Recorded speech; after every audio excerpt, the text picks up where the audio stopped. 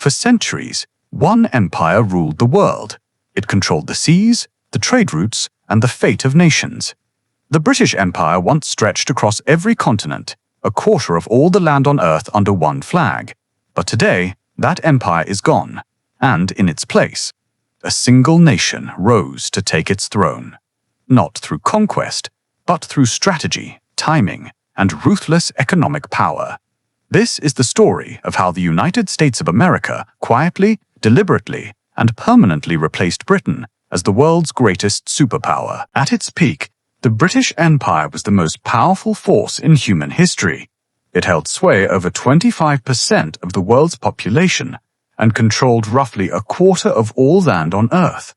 Soldiers, merchants, and governors operated on every continent. They called it the empire on which the sun never sets. Because it was so vast, it was always daytime somewhere in the British world. Meanwhile, across the Atlantic, a young nation was watching and learning. The United States, in its early years, wanted nothing to do with the world's power games. George Washington himself warned Americans to steer clear of permanent alliances with foreign powers. America had big dreams, but kept its ambitions at home. For now, while Britain was busy managing a global empire, America was quietly building one of the most powerful economies the world had ever seen. Between 1865 and 1898, coal production in America rose by 800%. Railway track mileage grew by 507%. And by the middle of the 1880s, the United States had surpassed Britain as the world's leading producer of manufactured goods and steel. Think about that. America had already overtaken the British Empire economically, and the world barely noticed. But notice this. America was still not ready to step onto the world stage. They had the muscle. They just hadn't flexed it yet. That was about to change. World War I was supposed to be Britain's war to win, and technically it was. But the cost was catastrophic. The war drained Britain's gold reserves on an enormous scale. Massive war loans, weapons purchases, and the sheer cost of global conflict transformed Britain from the world's largest creditor nation in 1914 to its largest debtor by 1918. Britain had won the war, but it had broken its own financial spine in doing so.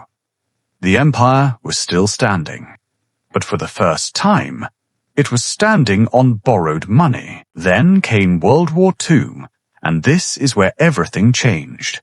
While Europe was being torn apart, the United States fought most of the war far from its own borders. Its cities were not bombed, its factories were not destroyed, its civilian population was not decimated. In fact, the opposite happened.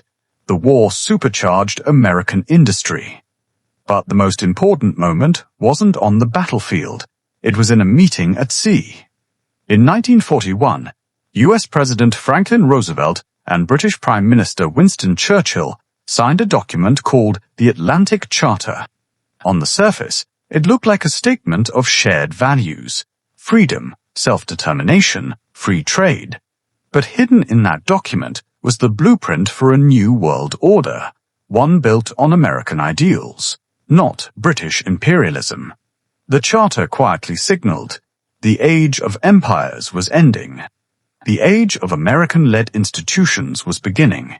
And by the time the war ended, Churchill himself stood up and declared that the United States stood at the summit of the world. Mark this date, February the 21st, 1947.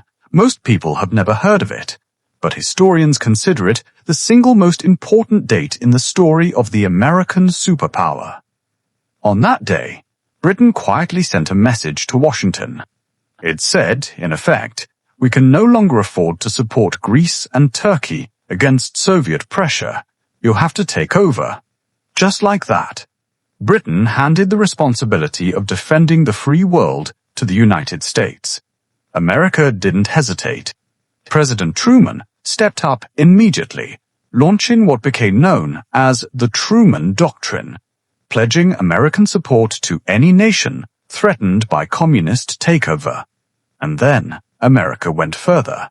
The United Nations, the World Bank, the International Monetary Fund, all created and led by the United States to govern international security and economics. Britain had ruled through battleships and colonial governors. America would rule through institutions, money, and ideology. The baton had been passed, but there was one final scene in this story, and it was brutal. The year was 1956. Egypt's president, Gamal Abdel Nasser, nationalized the Suez Canal, one of the most strategically vital waterways in the world, controlling 2/3 of the oil used by Europe. Britain was furious. Along with France and Israel, they launched a secret military operation to take it back. There was just one problem. Nobody told America. President Eisenhower was appalled. He had not been consulted. He did not approve. And he made sure Britain paid the price. The US pressured the International Monetary Fund to deny Britain any financial assistance. Britain's economy was already fragile. Without American support, it faced a currency crisis. It simply could not survive. With no options left, British Prime Minister Anthony Eden, humiliated, broken, accepted a UN ceasefire and withdrew. The operation had lasted just days. It was the most public humiliation in British history. One historian put it simply: Anthony Eden had been the last British Prime Minister to act as if Britain was still a world power, and the first to face the reality that it was not. Richard Nixon later cited Suez as the precise moment the United States took over, the foreign policy leadership of the free world. It was official. Britain was out. America was in. In the decades that followed, Britain quietly dismantled its empire. Colony by colony, territory by territory, independence was granted across Africa, Asia, and the Caribbean. The British Empire didn't fall in a single battle. It dissolved, slowly, painfully, inevitably. The final symbolic moment came on July 1st, 1997, the handover of Hong Kong to China. Experts called it the definitive end of the British Empire. Meanwhile, America built the most powerful military machine in history, hundreds of overseas bases, the world's largest economy, leadership of NATO, the UN, the IMF, the World Bank. Not an empire built on colonies and conquest, but something new. An empire of influence, of culture, of financial power. So, did America destroy the British Empire? Not exactly. America didn't conquer Britain. It didn't invade. It didn't even declare itself an enemy. It simply waited.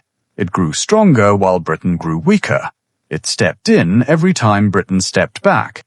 And when the moment came, at Suez, in 1956, it made sure Britain understood the new reality. The sun had finally set on the British Empire, and it rose on America. Like, subscribe, comment. Which moment do you think was the real turning point?